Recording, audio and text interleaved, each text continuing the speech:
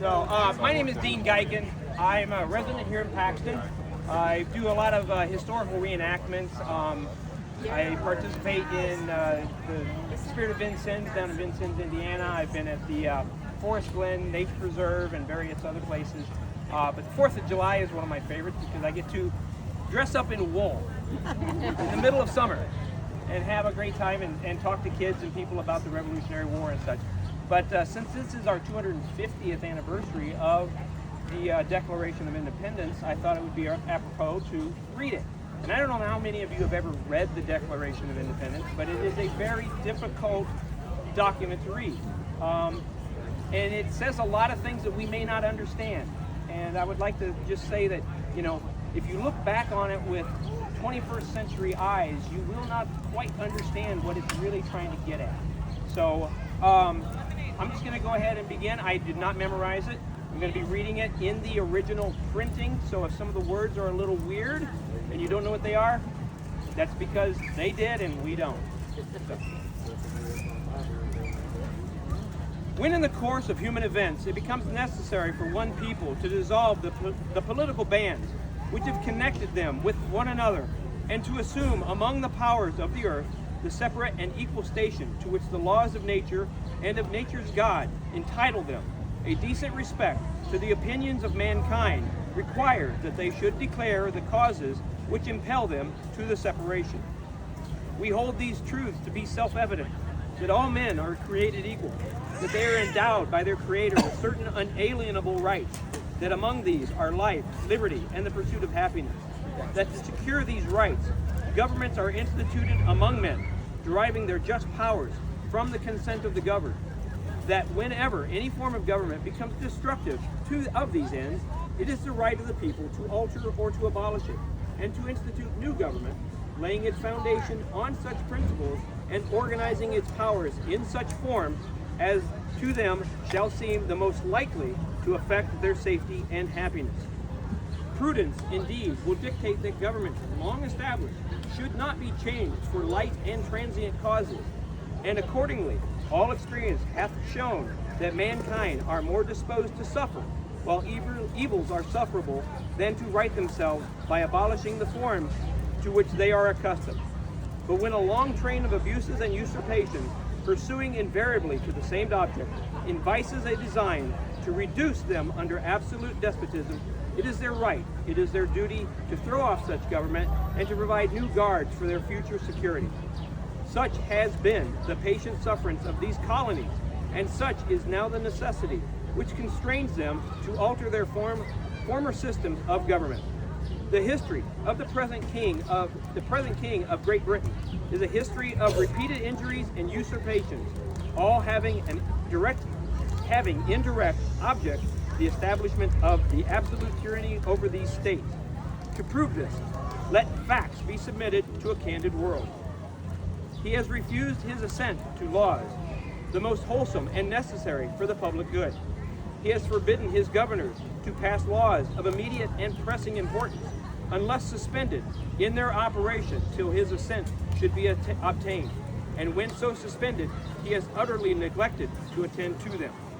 He has refused to pass other laws for the accommodation of large districts of people, unless those people who would relinquish the right of representation in the legislature, a right inestimable to them and formidable to tyrants only.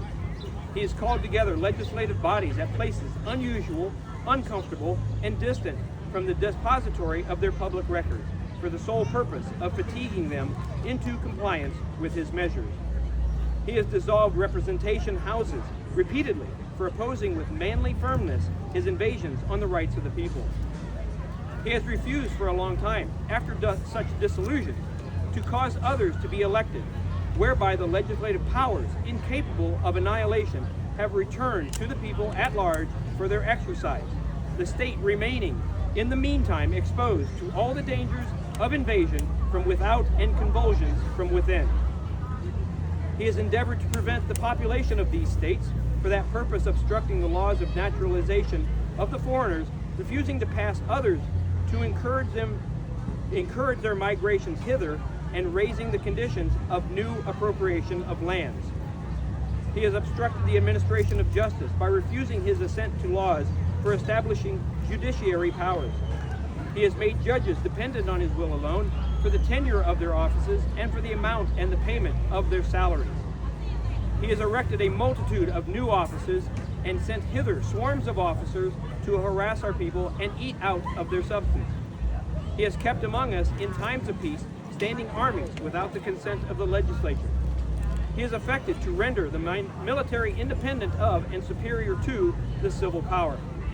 He has combined with others to subject us to a jurisdiction foreign to our Constitution and unacknowledged by our laws, giving his assent to their acts of pretended legislation, for quartering large bodies of armed troops among us, for protecting them by a mock trial from punishment for any murders which they should commit on the inhabitants of these states, for cutting off our trade with all parts of the world, for imposing taxes on us without our consent, for depriving us in many cases of the benefit of trial by jury, for transporting us beyond the seas to be tried for pretended offenses, for establishing or for abolishing the free system of English laws in a neighboring province, establishing therein an arbitrary government and enlarging its boundaries so as to render it at once an example and fit instrument for introducing the same absolute rule into these colonies, for taking away our charters, abolishing our most valuable laws, and altering fundamentally the forms of our governments, for suspending our own legislature and declaring themselves invested with power to legislate for us in all cases whatsoever. He has abdicated government here by declaring us out of his protection and waging war against us. He has plundered our seas, ravaged our coasts, burnt our towns, and destroyed the lives of our people.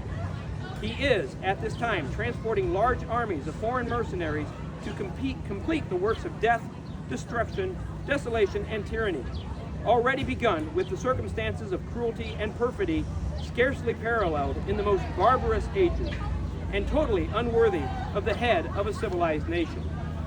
He has constrained our fellow citizens taken captive on the high seas to bear arms against their country, to become the executioners of their friends and brethren, or to fall themselves by their hands. He has excited domestic insurrections against us and has endeavored to bring on the inhabitants of our frontiers, the merciless Indian savages, whose known rule of warfare is an undistinguishable destruction of all ages, sexes, and conditions. In every stage of these oppressions, we have petitioned for redress in the most humble forms. Our repeated petitions have been answered only by a repeated injury.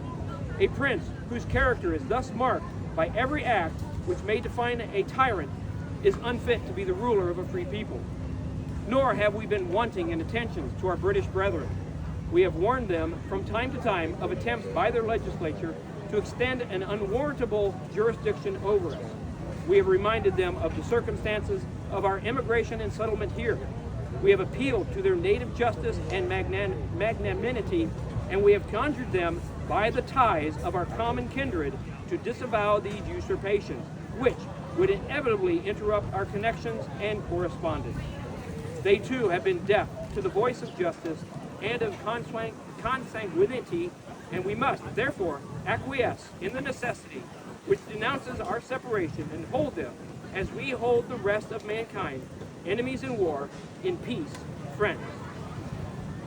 Therefore, we, the representatives of the United States of America, in General Congress assembled, appealing to the Supreme Judge of the world for the rectitude for our intentions, do, in the name and by the authority of the good people of these colonies, solemnly publish and declare that these united colonies are, and of right, ought to be free and independent states, that they are absolved from all allegiance to the British Crown, and that all political connection between them and the state of Great Britain is and ought to be totally dissolved, and that, as free and independent states, they have full power to levy war, conclude peace, contract alliances, establish commerce, and to do all other acts and things which independent states may of right do. And for the support of this declaration, with a firm reliance on the protection of divine providence, we mutually pledge to each other our lives, our fortunes, and our sacred honor. Signed by order and in behalf of Congress, John Hancock, President, July 4th, 1776.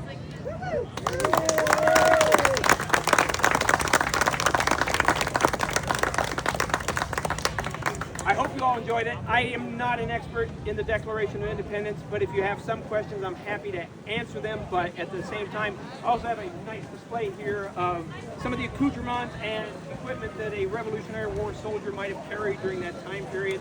I know more about the ordinary soldier than I do about the political machinations of the time. But I want to thank you all for joining us, and I hope you all have a wonderful 250. Thank you.